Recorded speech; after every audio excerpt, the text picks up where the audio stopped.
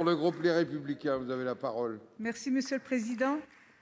Alors, ma question s'adresse au ministre des Solidarités et de la Santé. Monsieur le ministre, le président du conseil scientifique, Jean-François Delfraissy, tire depuis lundi la sonnette d'alarme. L'épidémie de la Covid-19 est incontrôlée et la situation dans nos hôpitaux devient très périlleuse.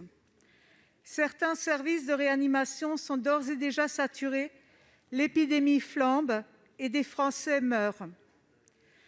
Votre devoir, monsieur le ministre, est non seulement de protéger à tout prix les Français, mais c'est aussi et avant tout d'anticiper.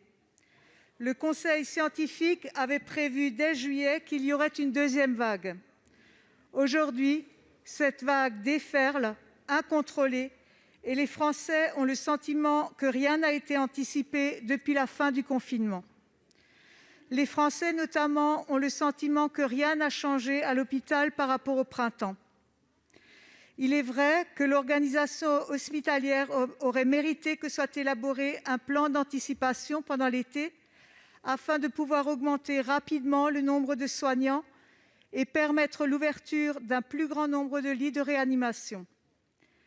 Alors, monsieur le ministre, plutôt que de dévaloriser certaines professions paramédicales en donnant des autorisations temporaires d'exercice à des personnes qui n'ont pas d'expérience, pourquoi ne pas s'autoriser à surclasser via un temps de formation et pour quelques tâches limitées les aides-soignants et les infirmiers, comme l'a suggéré le professeur Philippe Juvin, chef du service des urgences de l'hôpital Georges Pompidou à Paris.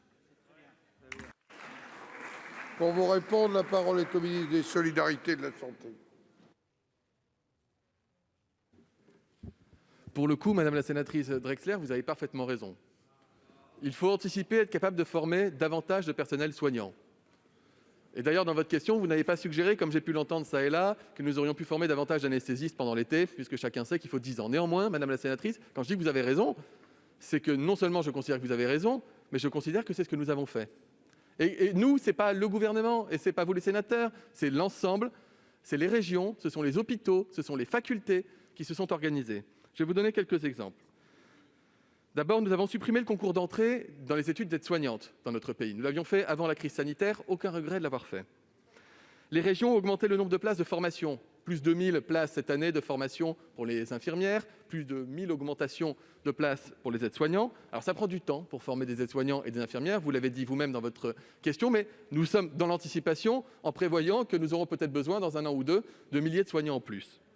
Sur certains territoires, oui, madame la sénatrice, nous recrutons des faisant fonction d'aides-soignants, des agents de soins qui ont des missions qui sont moins qualifiées. Ce n'est pas déshonorant, je l'ai fait.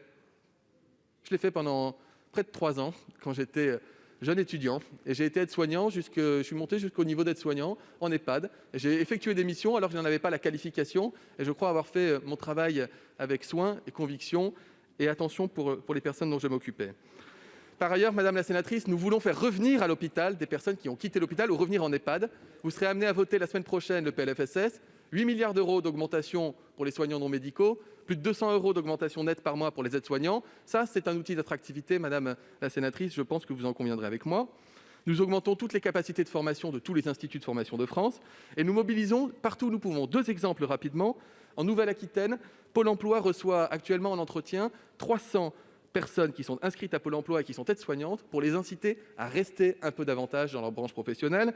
Un autre exemple, dans le Finistère, un dispositif de recrutement d'aide à domicile pour des personnes licenciées du secteur de l'agroalimentaire a été mis en place, etc., etc. Des initiatives comme celle-là, elles nous permettent de renforcer les rangs des soignants de plusieurs milliers de blouses blanches dont nous avons besoin. Et je voulais, à travers votre question et ma réponse, les remercier pour leur engagement.